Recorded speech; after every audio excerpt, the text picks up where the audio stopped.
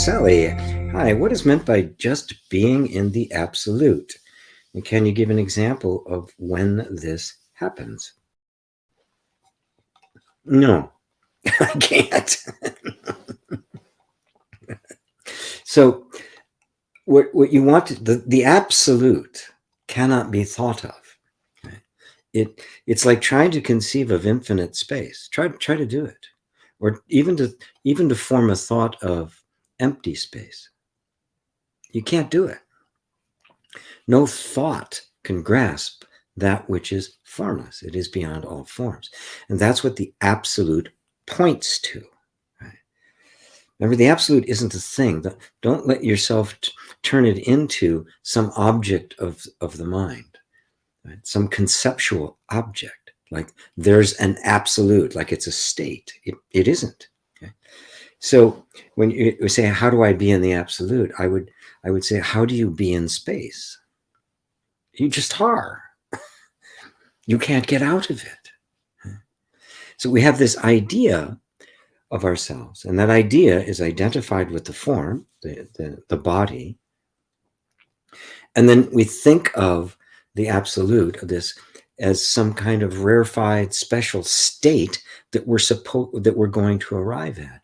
And there's many spiritual traditions that believe that it is a result of cultivating compassion, cultivating mindfulness, cultivating just a more nuanced, more subtlety, more patience over long periods of time. And then you earn merits and you're reborn, and every birth you progress and the like. This is the opposite. This is not the view of Zen and Advaita Vedanta, which is you've never been that. It is not an attainment. It's an awakening. Oh, I never was anywhere other than that. I've never been anything else other than the absolute. How could I be? It's either true or it isn't. And the idea that it isn't, that it's an attainment, that is all there is to karma. Without that thought, there is no karma. Where are you going? It's like me asking you to get up and walk over to yourself. You can't. You're already there. But this is the most difficult thing for the conceptual mind to grasp. No. It's over there, right? I've got to do something. I need to attain something. I need to grasp something. You don't. You're already that. Now your mind will go, but if I'm already that, I should have, I should have a lot of money. Everything should come easy to me, or I should be walking on water. I should be a Buddha. I should be experiencing enlightenment. Well, that means that enlightenment is some kind of has certain characteristics. It doesn't. This is enlightenment.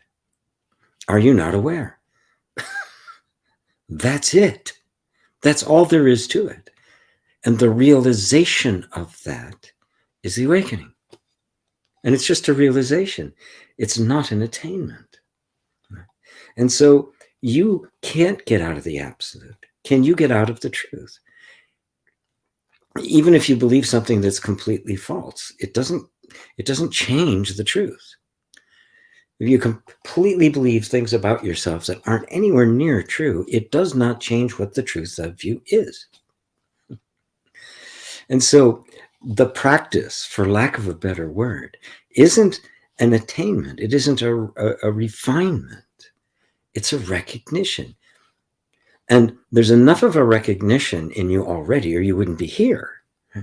So now what it is sorting out the wheat from the chaff. All the places where the habits of our mind have been, I'm not that, I've got to get to it. And so you'll find yourself, oh, I'm practicing to become a Buddha. I'm meditating, or I'm tapping to achieve something. Right? And you go, oh wait, there's nothing to achieve. I'm already that. Then the psychological mind would say, well, if you were that, and you give you this nice long checklist, which are all the things that people have told you that enlightenment is supposed to be.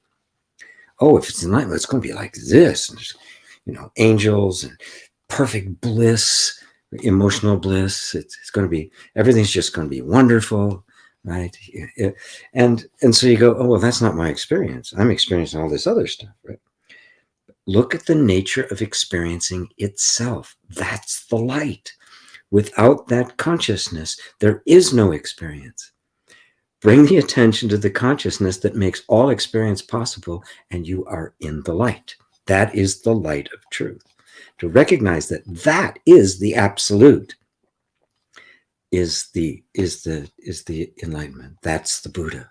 That's the true Buddha, not a historical figure, but that recognition of the truth. That's the true Christ, not the historical figure, but the recognition of the oneness with the Father. So you're already there. And that's the whole practice, if you can call it that. It's not even a practice. You don't have to practice being you. But there is the need to purge from our minds the idea that you've ever been anything else, that you are a form, that you were born here, that you're this old, that you're this gender, you've had this life, or all of these past lives. None of it's true. All of it is a projection of the mind. There was no history. There were no past lives. There's no future. There's only this moment. And the constant generating of experience, of which you are the source. Does that help, Sally? Or did I go too far? Yeah. Sometimes I think I might have gone a little bit too far. If I had, please tell me. I'll back up.